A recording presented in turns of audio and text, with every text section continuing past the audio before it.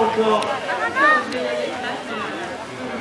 C'est sympa. Vous qui aimez les chevaux, puisque vous avez pratiqué cette discipline, c'est très sympa. Vous allez voir les préparatifs, tout ce qu'on n'imagine pas forcément. Il y a beaucoup de travail avant la course et après la course, bien sûr aussi pendant la course, et il se passe beaucoup de choses autour.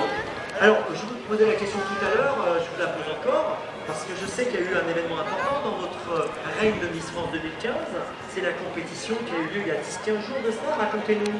Alors je suis partie un mois à Miami pour Miss Univers et j'ai fini 14e sur 88. Une belle performance quand même, on peut applaudir.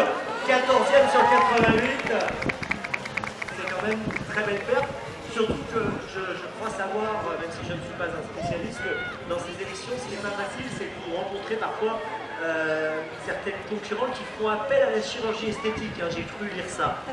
Oui, c'est ça, en fait, dans les concours internationaux, la chirurgie esthétique est autorisée, mais en France, c'est interdit et c'est très bien comme ça. Il vaut mieux que ça reste comme ça, c'est beaucoup mieux, il faut rester naturel.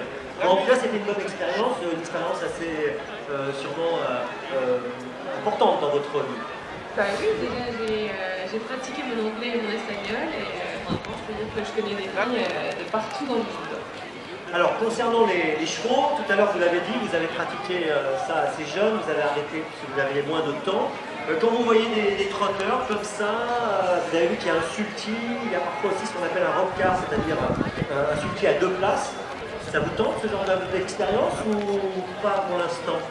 Moi, je préfère être sur le cheval, je préfère le CSO. Ah, il y a le trop monté aussi, hein. Vous pouvez faire du trop monté, mais vous préférez sauter des obstacles. C'est ça. Ce qu'on ressent quand on fait comme ça du saut d'obstacle, c'est impressionnant. Oui, c'est beaucoup d'adrénaline et puis il faut être très précis et concentré et c'est ça qui me plaît. Très bien. Alors, je vous présente Jean-Laine que vous avez peut-être déjà rencontré. Voilà.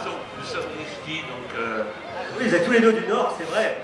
Alors, justement, Jean, vous avez déjà peut-être expliqué quelques petites choses à Camille concernant les courses. Non, mais ça ne saurait tarder. On a rendez-vous là-bas dans quelques minutes. Et puis elle veut aller aux écuries pour voir un peu ce qui se passe, donc je compte sur vous aussi pour lui montrer comment ça se passe, parce que je vais expliquer, il y a beaucoup de choses avant, après la course, concernant les chevaux, les préparations et l'après-course. Non, mais on est à sa disposition. Alors parlons aussi de cette journée, Jean, elle est importante parce que voilà, c'est le Grand Prix de France, c'est un deuxième volet très important après le prix d'Amérique au polo qui s'est disputé il y a 2 semaines. Écoutez, on est venu avec des amis en voiture, on commentait la journée